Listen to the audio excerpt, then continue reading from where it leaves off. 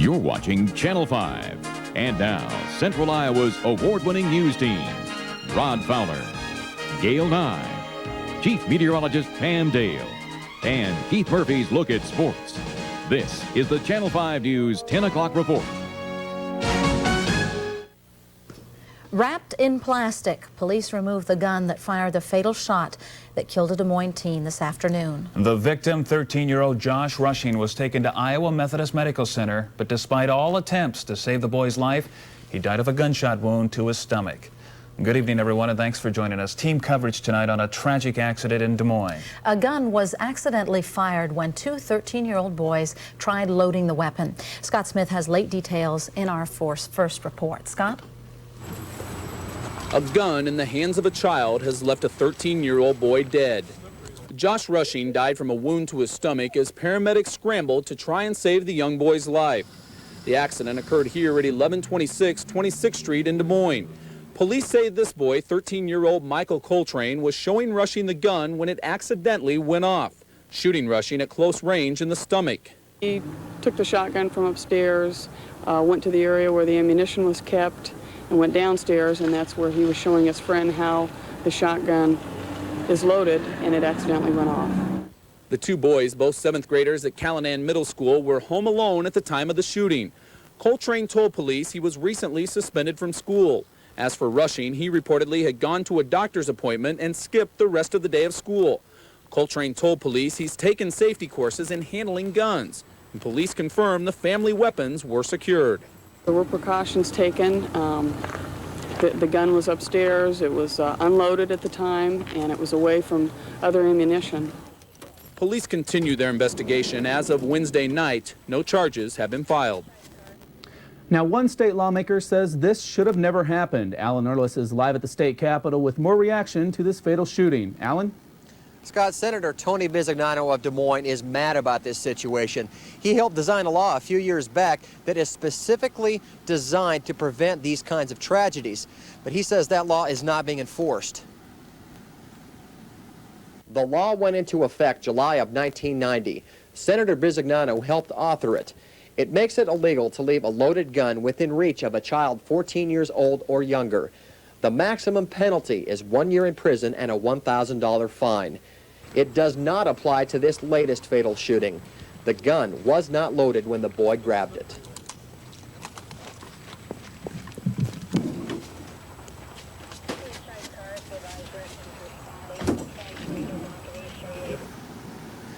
No, it is clear that there are some very serious flaws to this law. Senator Bisignano says that he hopes that it can be rewritten.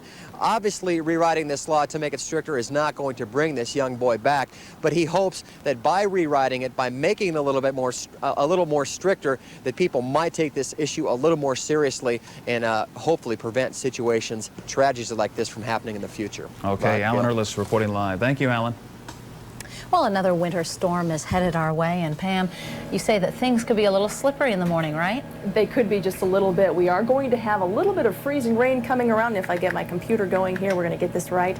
We do have a little bit of an advisory for the northern part of the state. For tonight, overnight, they could see some freezing precipitation. And just exactly where is that at? Well, it will come up on our computer right now, and it is for about the northern half of the state. We're going to watch that coming in later on tonight with rain developing. And then for tomorrow, we're going to see rain changing over to snow late in the day. We'll have to watch the system as it progresses, and I'll have more details on it coming up in just a couple of minutes. All right, thank you, Pam. A $4.5 million hole in the Des Moines city budget may force some city supervisors to go without a pay raise this year. Other options to make up for the deficit are under consideration. But as Sonia Heitsusen tells us, the city is still faced with the decision how to do more with less money. And not just state but federal money is cut from the city. Year by year it gets less and less. Des Moines City Manager Cy Carney is grappling with a $4 to $5 million deficit in the city budget created by a state freeze on property taxes. Strategies to come up with the money are now in the works. Des Moines fire and police departments could have to delay hiring new personnel. Also on the chopping block, annual pay hikes for city employees. Furloughs and even the elimination of some jobs are also under consideration. We're looking at a variety of things, including possible reduction of positions by attrition or through consolidation. We're looking at new revenues that might be able to be secured, all to make this up over the next 18-month period. Des Moines is also hoping to balance the budget by bringing in additional revenue. The closing of Keo Way for the new principal project is expected to net $1.3 million for the city. But that's just a drop in the bucket. So the city manager is taking suggestions from city workers on how they'd like to make up the budget difference. It takes a lot of money to make up $4 to $5 million, and every suggestion will be looked at.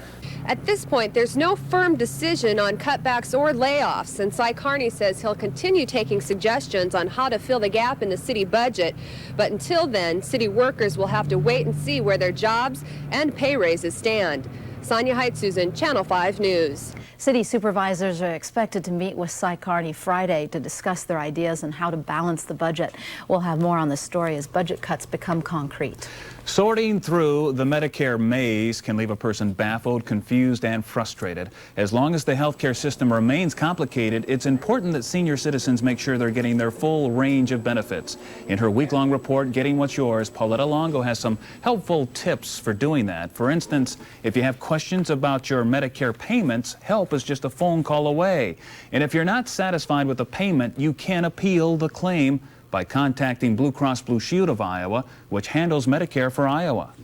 And then we will make the review. We will send them a letter with the results of the review decision, and then in that letter we will also advise them of the next step if they choose to pursue it.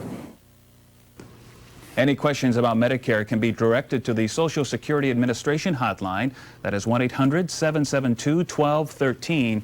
It's open workdays from 7 until 7 p.m. Now, Channel 5 is also on your side when it comes to hopefully making you a little richer. We're talking about the Great Iowa Treasure Hunt. All of this month, Channel 5 is releasing the names of Central Iowans who have money sitting in a State House vault. Here's the latest list of names to see if your name is on it.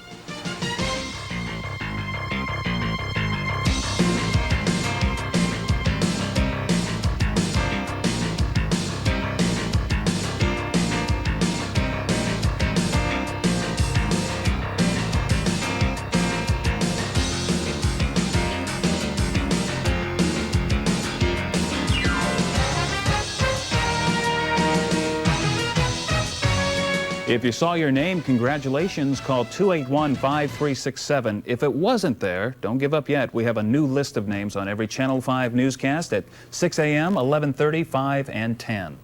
A cancer-causing chemical has been found in buildings on the Iowa State campus. PCBs turned up in the ventilation systems of 6 university buildings. Because the levels are so low, they aren't a threat to the public.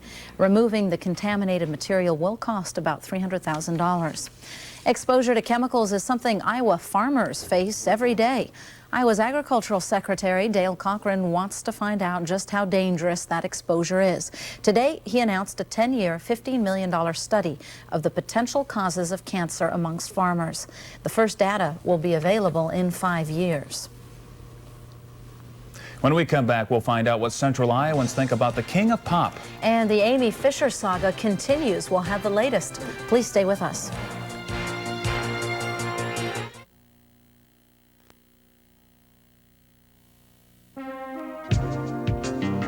Here's the latest 5-cast from Channel 5, a forecast you don't have to wait for.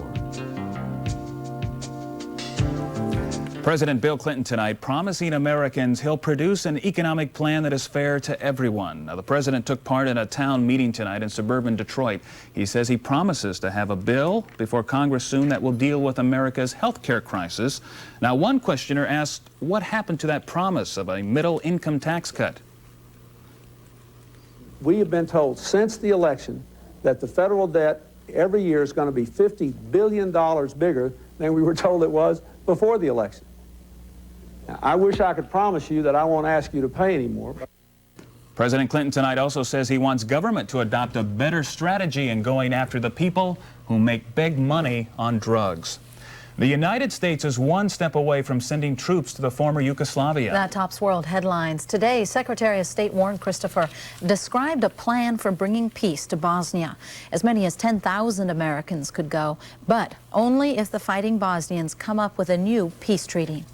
Did you think you'd heard the last of the Amy Fisher scandal? Well, now New York prosecutors have reopened the statutory rape investigation of Joey Buttafuoco. A former Buttafuoco employee has come forward to say his boss boasted of having an affair with Amy Fisher. Buttafuoco had denied any relationship with Fisher during her trial. She's now serving 10 to 15 years for shooting Buttafuoco's wife. 8 people were killed in Italy after a massive car pileup. 200 vehicles were involved in the mega accident.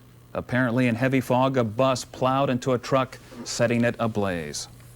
When we come back, Pam will tell us what we can expect weather-wise in the morning. Stay with us.